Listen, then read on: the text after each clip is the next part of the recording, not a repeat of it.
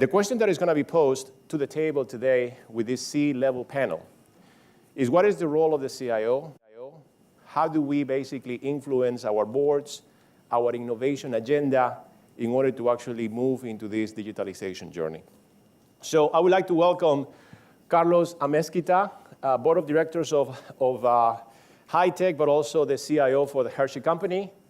I would like to also welcome Jeff Leunhofer, Chief Information Security Officer for BNY Mellon. Jeff. And next to that, Mark Rowland, who is the Chief Technology Administrative Officer for Massachusetts Mutual Life Insurance Company. So please join me to welcome this tremendous panel that we have now.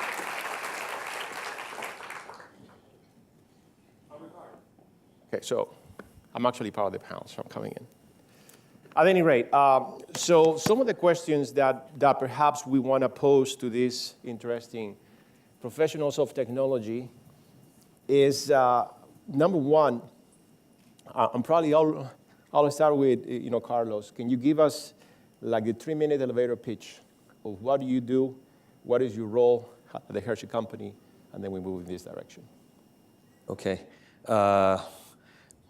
My job is I'm the Chief Information Officer of the Hershey Company, and I oversee all the technology decisions and strategy. So I have a group of people who works with me, and I have responsibility to go to the board and have fun with them, try to get the capital projects approved. My mission is to modernize our IT of the company. It's relatively old.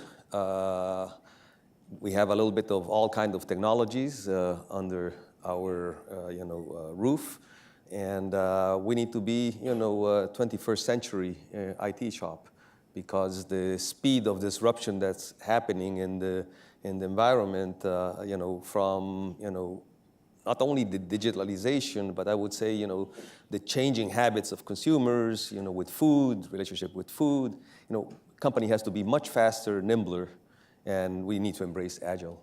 So I think IT is well positioned not only for the technology piece, but also to showcase how agile can be done, and can be done for the business, for our product initiatives as well.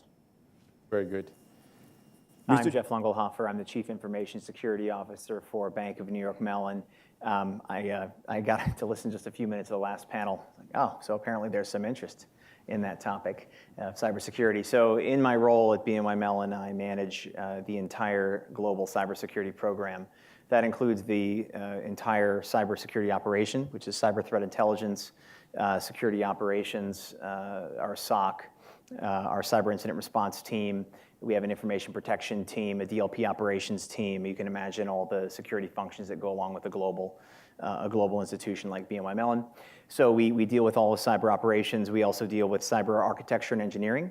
So in that context, we deal with influencing encryption strategies, influencing how we build our next generation of architectures around secure containerization within our BXP3 architecture, which is our next generation hybrid cloud environment. How do we build secure containers? How do we change and evolve our cybersecurity approach to deal with the next generation of technologies, which quite frankly render a lot of our old technologies around cyber obsolete? How do we deal with that? If I had to summarize my job in sort of one sentence, it would be, my job is to securely enable BNY Mellon to innovate.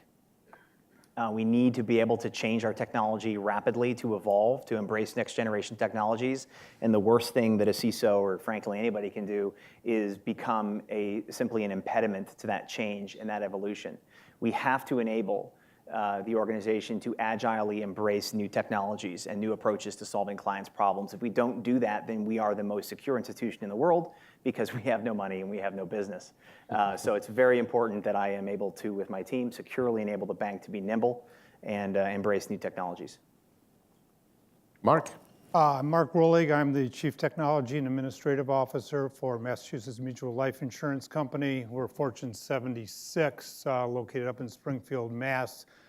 We have major subsidiaries some of you have heard of, such as Oppenheimer Funds, Barings Asset Managers, Cornerstone Real Estate Advisors. We have operations worldwide, but insurance subsidiaries in Asia, including joint ventures in China. So big corporation with over 750 billion assets we're managing at any given time. As far as me personally, I can't keep a job, and frankly, I don't know what I'm doing. I've been general counsel of 4 major corporations: general counsel of US West, the big phone company out west; general counsel of Storage Tech, a data storage company; general counsel of Fisher Scientific up in Hampton, New Hampshire; and then general counsel of Massachusetts Mutual for 11 years. And then my CEO asked me to take on the responsibilities for our technology organization. So it's all new to me. And what do I bring to it? Probably a little bit we'll be talking about today. Hopefully leadership skills. Hopefully know how to put teams together, that can be aligned with the business. Hopefully good at finding good people, and hopefully putting together teams and diverse teams. So we'll be talking about that.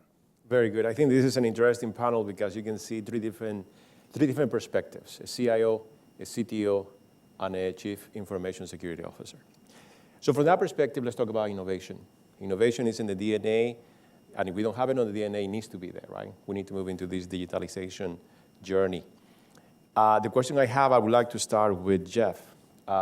Rapid drives, minimum viable products, cycles of development right quick. What do you specifically do to enable this agility for innovation, this agility for value? From a CISO perspective, how do you play nice, or how do you get these guys to play nice with your regulations, right? I don't always play nice, if I'm being honest. No, I mean, so I mentioned that the need to be agile and to support agility in development teams. So a couple of things that I'm going to talk about how my organization has embraced agile as a development methodology to rapidly move the needle around cybersecurity, and then I'm going to talk about how we support other teams in doing the same thing, because it's really, for my organization, it's 2 different things. I'm going to start with how we do it internally. So one of the things that we've done is fully embrace agile across all of our development efforts that we have and our delivery efforts within my organization. So let me give you an example of what that means. As we build out our next generation security operations center, we are talking about next generation analytics. We're talking about how do we do machine learning around cybersecurity and automated incident response when, because we just don't have enough analysts to do those things, and we couldn't pay enough people, an army of people, to do as much as we need in terms of investigations, automated response, things like that. So we say, look, we could spend the traditional, we're going to drop $40 million, we're going to do a study, we're going to bring in all the big vendors, we're going to roll out this giant platform. No, stop. We have one way of hunting for a particular adversary within our environment. We know what they look like. We know how they operate. Let's automate that. Let's start with that. We can automate that one hunt function that we have about finding anomalous network traffic patterns across our enterprise. So machines and people behave differently, right? If a person is using a computer, it's going to look a certain way. If a machine or a piece of software is controlling a computer, the way it looks on the network and how it communicates is different. Right? And if you know how to look for those patterns, you can find where the machines are doing things they shouldn't be doing. That's the kind of thing we want to automate. I just want to automate that one hunt function within my organization. That's agile. I don't want to spend $20, $30 million and have an army of consultants come in and give me a giant, big machine somewhere that eventually we'll be able to turn the crank and great things will happen. It'll be a black box. Nobody will understand it. We won't be able to evolve it. So I always start with, what's the one thing we could do today that would add value and reduce risk to Bank of New York Mellon? What's the one thing we could do? Let's start there. And so that's really the whole mantra of my entire team. And so that's how we execute within my organization. Interesting, Jeff, because basically I guess what I'm hearing from you is that you try to dissect to the minimum component of what are the first steps into that security patterns that will help the actual agile teams to learn more as to how to play on that space friendly. Carlos, fast-moving consumer goods, Hershey Company. Clearly, with the new digitalization of our world, big data, machine learning, AI is pivotal to our success. Recommendations on the products that you consume, knowing that with all of this information, you can probably influence differently. Do you see yourself as the classical CIO, or are you playing the classical CIO innovation officer as well? Chief Information, Chief Innovation Officer. Well, if you are trying to modernize a company and how it operates, it's a 120-year-old company, you have to start with innovation. You have to start with looking at things in different ways. So I believe we start at the cellular level, which is the people. You need to hire people that have intellectual curiosity for things, how things work, and what's possible, what could work in a different way. Okay, we start with that. Then you need to provide them with an environment to incubate ideas and to be able to build those concepts, be able to do the testing, the proof of concept, and if you fail fast, quick, and cheap, go back and try something else. Okay, so I don't believe that innovation is the job of an innovation group.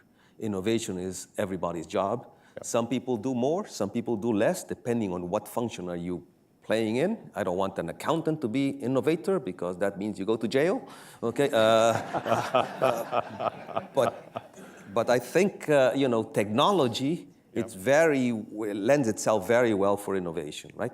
So that's one thing.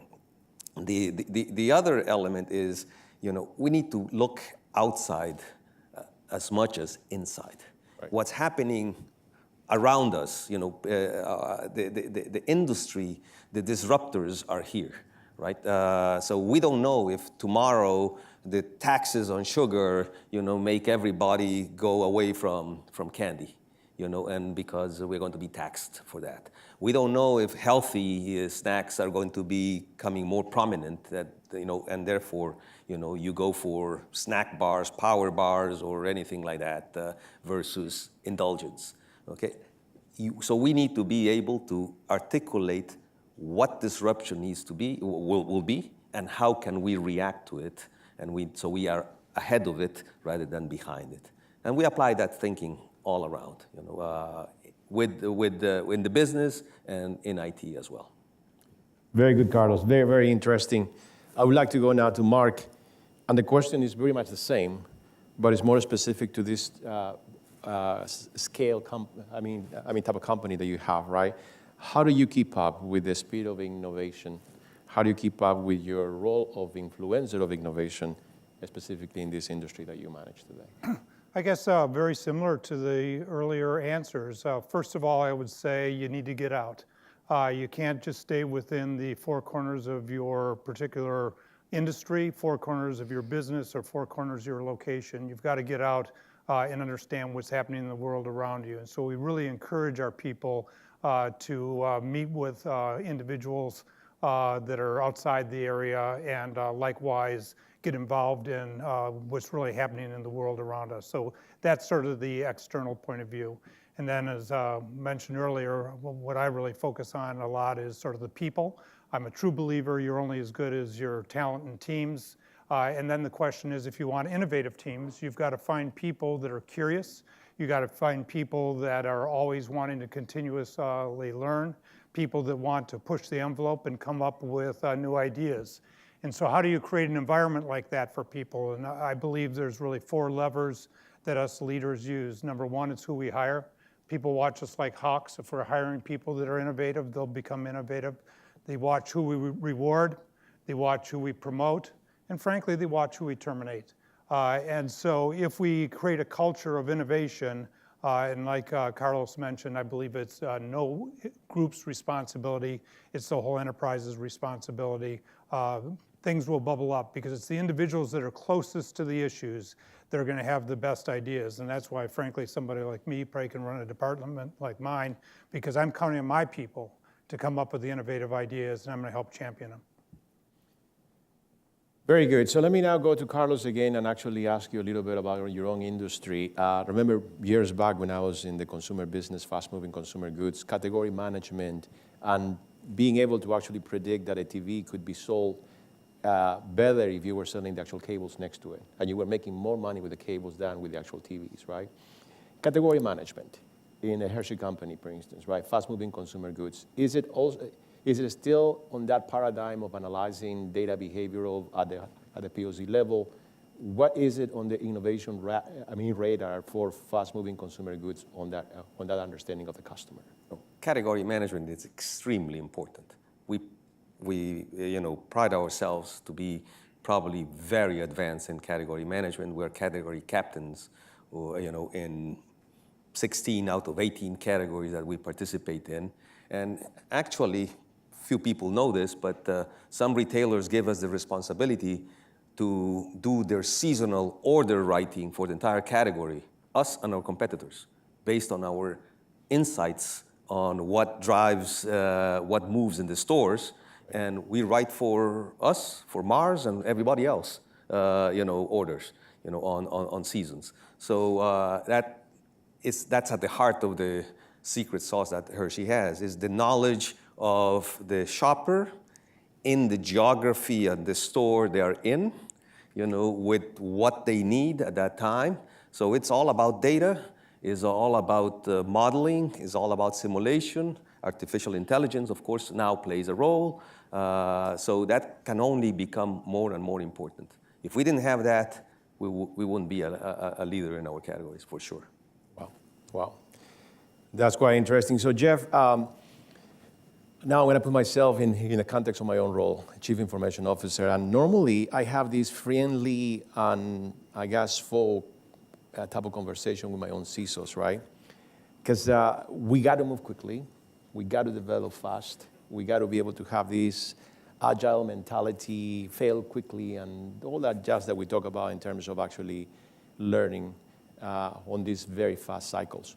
Pragmatically, how do you then take your CISO role, right? That maybe you have to have encryptions in multiple layers. You need to have edge type of controls. But practically speaking, what are those 1, 2, or 3 things that you basically go to these development teams and say, this is my non-negotiables.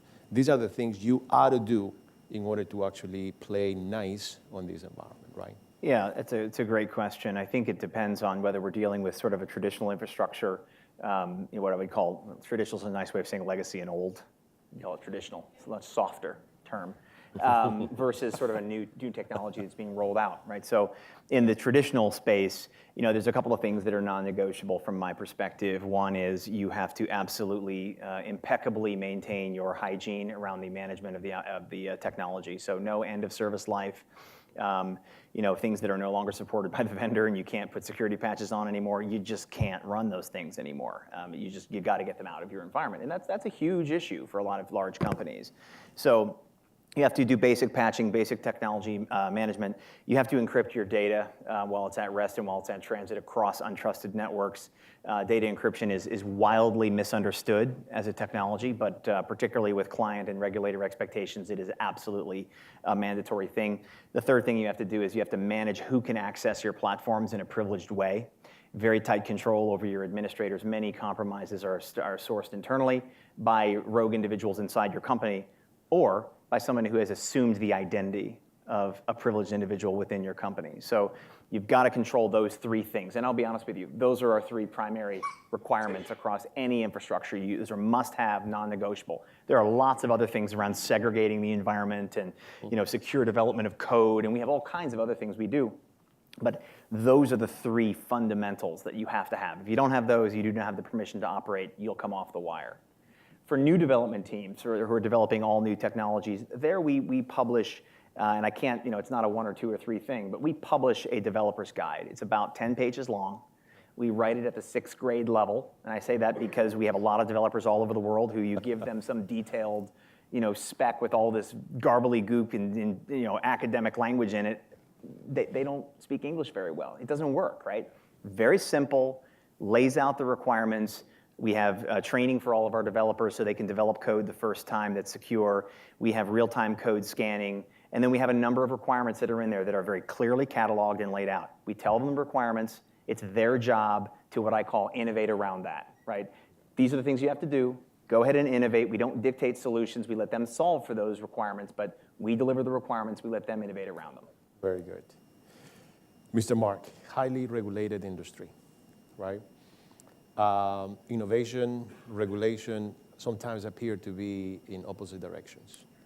And when you augment entrepreneurial innovation and lots of regulations, even becomes more difficult. How do you balance that ecosystem of different directions into your industry? Yeah, it's a real challenge because you start out with sort of the global world we live in.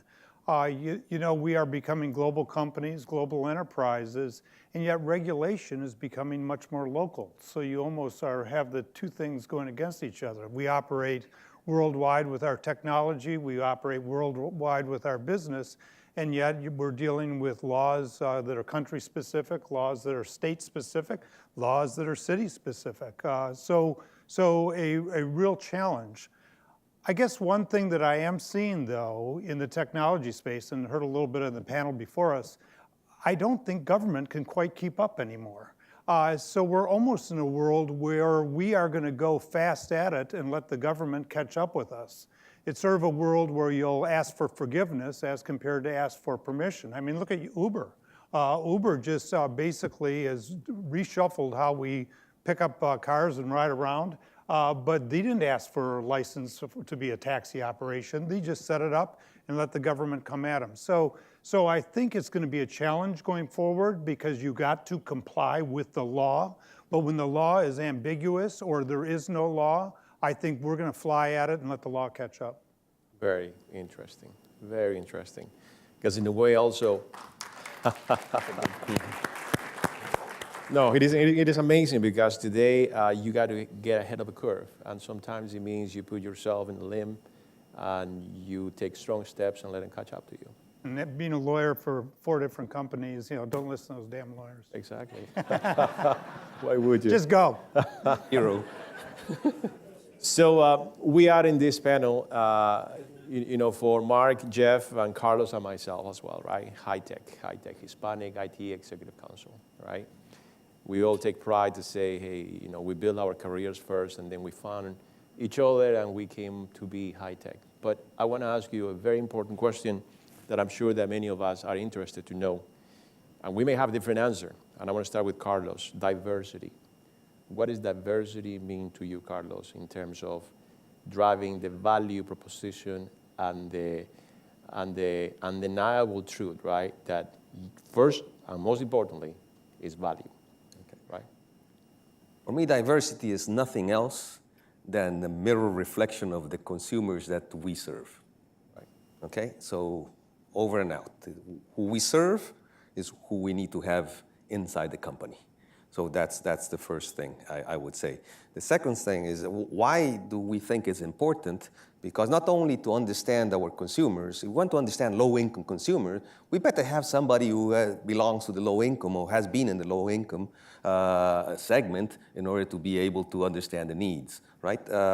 If we want to understand the needs of somebody in China, we better have some people who are from China and so forth. The value proposition is that you will serve your consumers in a much better way, and you will have perspectives that when you bring them together will yield to a better solution. But I want to be very careful with what I call diversity. Diversity is not only skin deep. Diversity is how you think, how you were brought up, your culture, your nationality, of course, ethnic, gender, the way you think, left brain, right brain, everything together. You have to consider the bigger ecosystem of diversity.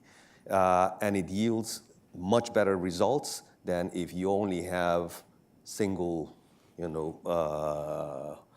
slide of individuals. I would argue also that diversity starts not by HR or a diversity organization. Because the moment that you have a diversity organization, that means that you're not diverse. Okay? Because you are looking at things as either you are or you're not. Yep. Diversity needs to be built inside everybody's function and groups. So when you go to colleges and you go to recruit, I don't ask HR or the diversity organization to go and recruit for diverse candidates. I go myself. I have my team that goes to the colleges that I want to recruit from, and I will send people who are diverse. If I want to attract African American and Hispanics and women, I better have that representation in my recruiting teams. If they only see white males and you say, I want to get a diverse organization, forget it. You're going to get zero. So that's my perspective. Very interesting. Jeff. By acclamation, Carlos, you're doing pretty good today. I'm learning from the best. So you mentioned that you view diversity as, diversity and value. I think the two go hand in hand. So for me, it's pretty straightforward. I mentioned I have a number of different functions that report up to me, and each one of those is a delivery team, is a group of people. And if I look across my team and I go, where are the high-performing teams and maybe I wouldn't say badly performing teams, but maybe those that could use a little help, right? Yeah. There's one characteristic that I can look at in those teams. The first is diversity of perspective and age on those. We need a mix of people who have a lot of tenure in the industry and tenure at the organization, mixed with folks that have a lot of energy and external perspectives, everything from college-age kids that are just coming out of the top schools to folks that have been kind of out there in industry moving around between different hedge funds and different places. That brings you the institutional knowledge together with the energy and the fresh experience from the outside. That's a powerful combination. The second thing you want to look for, that I look for in my teams, is a healthy mix of backgrounds and gender. So full stop, teams just work better when they're mixed up. They just do, and I don't know why. Like, I wish I was a social scientist and I could explain the psychology of why it works better. But if I've got a team that is women, men, older, younger, different diverse backgrounds, and then different tenures in industry, and it's a good, healthy mix of all that, I guarantee you that's a high-performing team every time. And that's just a fact. Very good. Mr. Mark. So I'm an older guy, been around a bit, and in the 60s, I was lucky enough at my local high school to actually hear Martin Luther King speak to us about the other America. And at that time, we didn't talk about diversity. We really talked about civil rights. And the view was civil rights was the right thing to do because it was legally required. It was morally the right thing to do, and frankly, at that time, it was a big religious push. It was religiously the right thing to do. And all those remain true today. But the good news is, I believe corporations and businesses have become very understanding that it is the right thing to do from a business perspective. And in that, I believe there are 6 factors that really drive that. Number one, it is all about talent, and it's all about teams. You're only as good as your people, you're only as good as your teams. And if you want to get the best talent, you got to go out for everybody. You can't be just going out for one population. 57% of undergrads now are women. In the year 2042, if not earlier, whites are going to be a minority in this country, never to be reversed. So if you want the best talent, you got to be going for everybody. And the same demographic destiny that's impacting the talent impacts our customers. If you want your customers to understand you, if you want your customers to want to do business with you, if you want your customers to feel comfortable doing business with you, if you want to look like your customers, you simply have to be diverse. So those first 2 really go to the demographics. And people use diversity and inclusion like it's one word. You hear people say diversity and inclusion like it's one word. They're really very different thoughts, because diversity is the makeup, inclusion is how you get the value of it. So the next 4 items I focus on are really getting the value of diversity with inclusion. You simply make better decisions if you are diverse and inclusive. If you're listening to those different points of view that you're getting from different people, from different experiences, from different backgrounds, from different makeup, you will make better decisions. You'll have better ideas, more ideas on the table.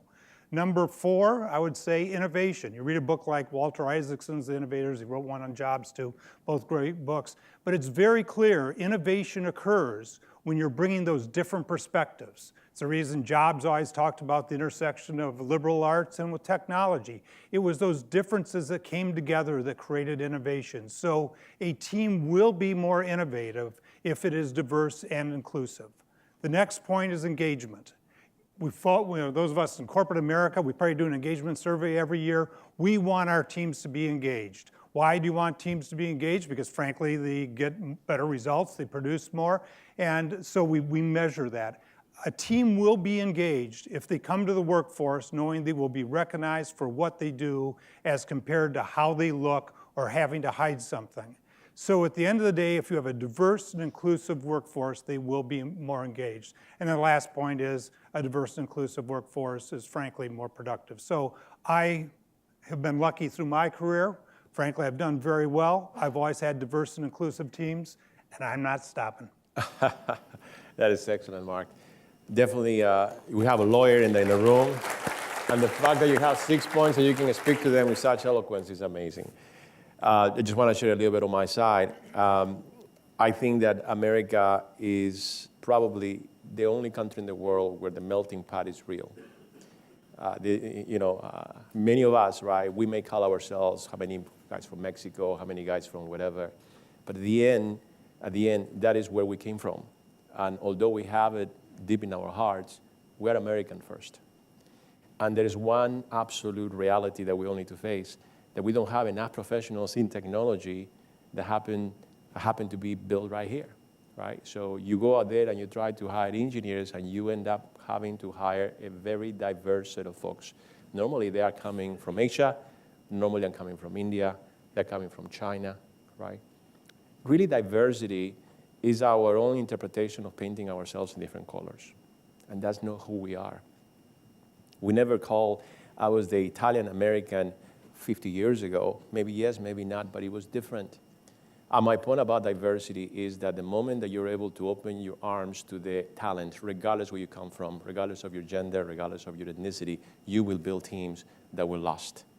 And if you next to that empower at the lowest level, and next to that you do active leadership, which is engagement, you will have a team that will thrive.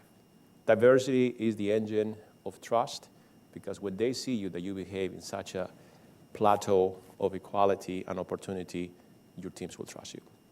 So thank you for that answer. I'm going to probably go and actually open the forum in the next 2 minutes.